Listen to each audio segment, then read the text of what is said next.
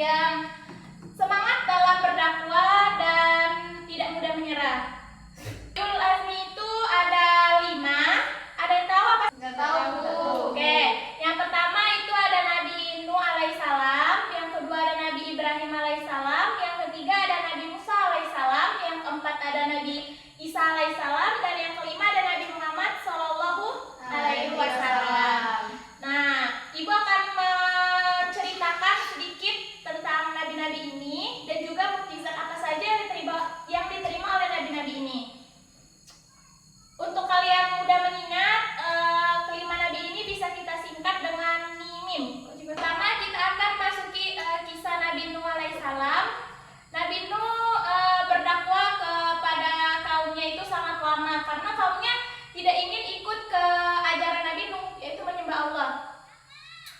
Cerita Allah itu menyuruh Nabi Nuh membuat kapal yang sangat besar karena Allah akan mendatangkan banjir kepada pengikut Nabi Nuh yang tidak mau ikut ajarannya. Yang kedua cerita Nabi Ibrahim. Nabi Ibrahim Nabi Ibrahim sangat taat kepada Allah. Suatu hari Nabi Ibrahim menghancurkan berhala dari Raja Namrud. Yang dimana berhala tersebut dibuat oleh ayahnya sendiri, yaitu Azar. Lalu Nabi Ibrahim mengambil kapak yang digunakan untuk menghancurkan berhala tersebut dan meletakkan berhala tersebut ke patung yang sangat besar.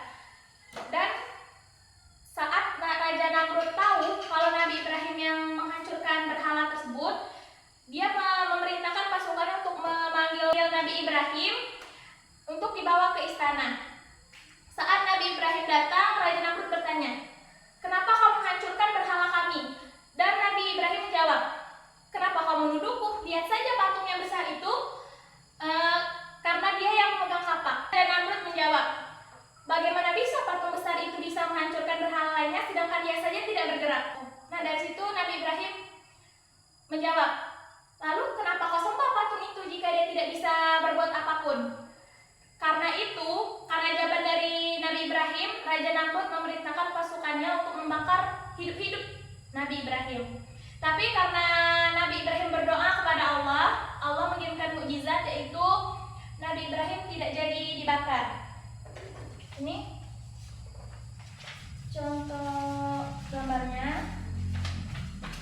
Nabi Ibrahim berdoa. Dan Allah berfirman, "Wahai api, menyalalah untuk Ibrahim dengan sejuk dan selamat." Dalam Al-Quran surah Al-Anbiya ayat 69. Yang ketiga itu ada Nabi Musa alaihissalam. Nabi Musa itu sejak kecil sudah Nabi Musa itu dibesarkan oleh Asia, istri dari Raja Fir'aun. Kenapa begitu? Karena dia dihanyutkan oleh ibunya ke sungai dan oleh istrinya Raja Fir'aun. Karena pada zaman Nabi Musa itu, Raja Fir'aun memerintahkan seluruh bayi laki-laki itu untuk dibunuh. Kenapa dibunuh? Karena Raja Fir'aun itu bermimpi bahwa bayi laki-laki itu akan membunuh dia suatu hari nanti. Setelah besar, Nabi Musa diperintahkan oleh Allah untuk berdakwah, untuk menyembah Allah, tapi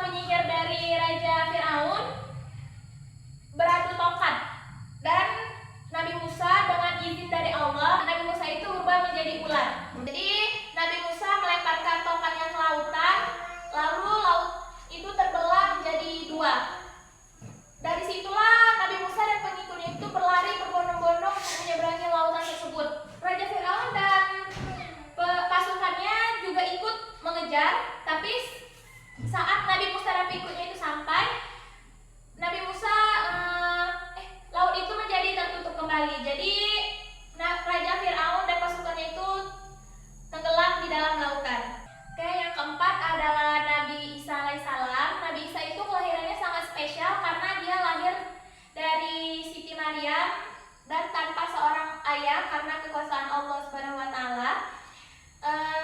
Dan juga karena kekuasaan Allah Subhanahu wa taala, Nabi Isa itu sejak kecil sudah bisa berbicara.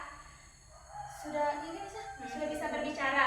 Selain itu juga Nabi Isa bisa menyembuhkan orang yang sakit, orang yang buta, dan juga bisa menghidupkan orang yang sudah meninggal atas izin dari Allah Subhanahu wa taala.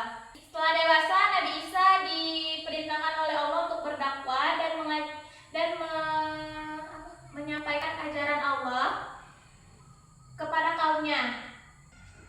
Nabi Isa berdakwah kepada kaumnya, yang mana kaumnya itu adalah Bani Israel, dan Nabi Isa menerima kitab, yaitu kitab Injil. Pernah suatu hari Nabi Isa itu dituduh oleh kaumnya.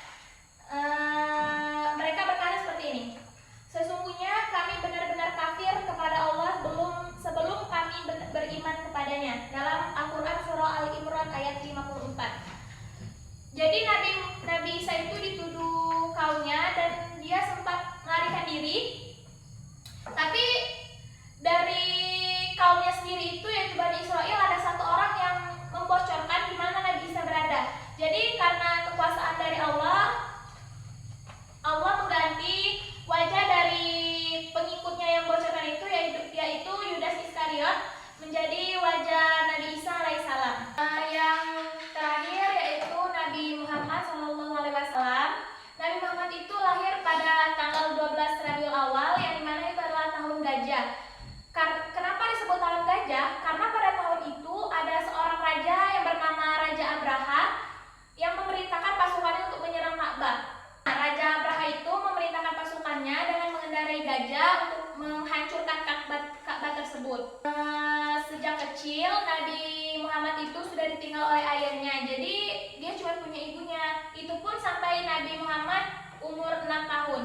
Lalu dari umur 6 tahun beliau diasuh oleh kakeknya, yaitu Abdul Muthalib, dan itu juga sampai umur 8 tahun. Jadi kelang wafatnya ibu dan kakeknya itu cuma beda 2 tahun.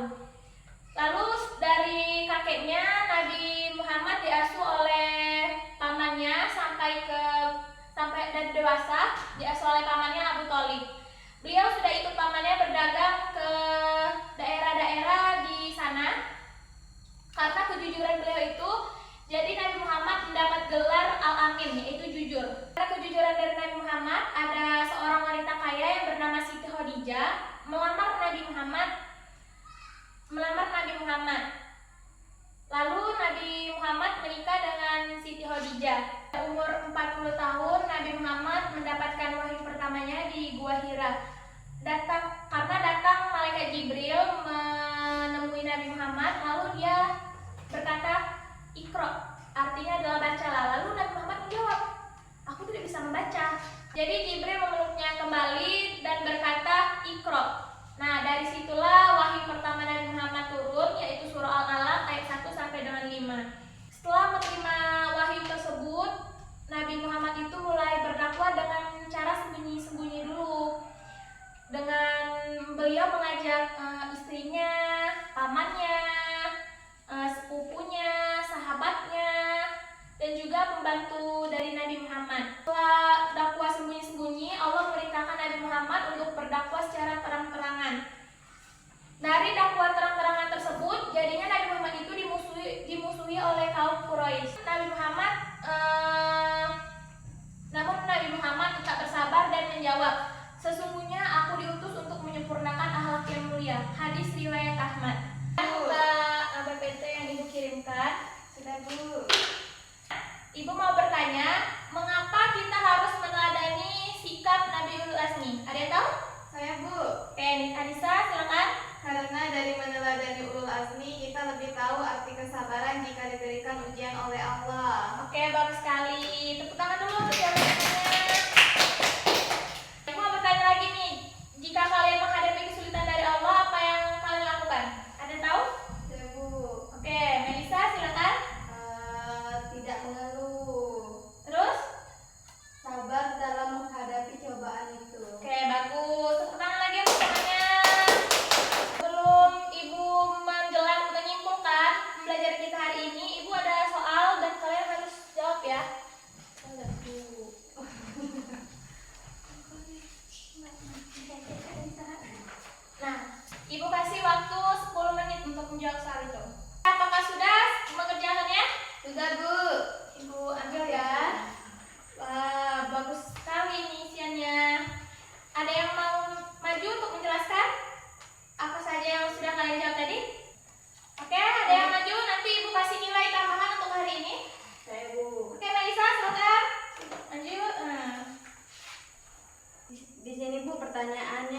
yang dimaksud dengan Nabi Ulul Azmi? Jawabannya, gelaran yang didapatkan oleh Nabi yang sabar, semangat dalam berdakwah dan menerima ujian oleh Allah. Oke, pintar. Tepuk tangan untuk temannya. Oke, terima kasih. Pada hari ini dari materi kita mengenai Nabi Ulul Azmi, sikap teladannya kita tidak boleh menyerah, tetap semangat dalam menghadapi ujian dari Allah. Sebelum Ibu tutup, ada yang ingin bertanya lagi? Tidak, Bu. Jika kalian ingin bertanya nanti, silakan temui Ibu ke kantor. Sebelum tutup materi hari ini dan kita baca doa, kita berjanji dulu.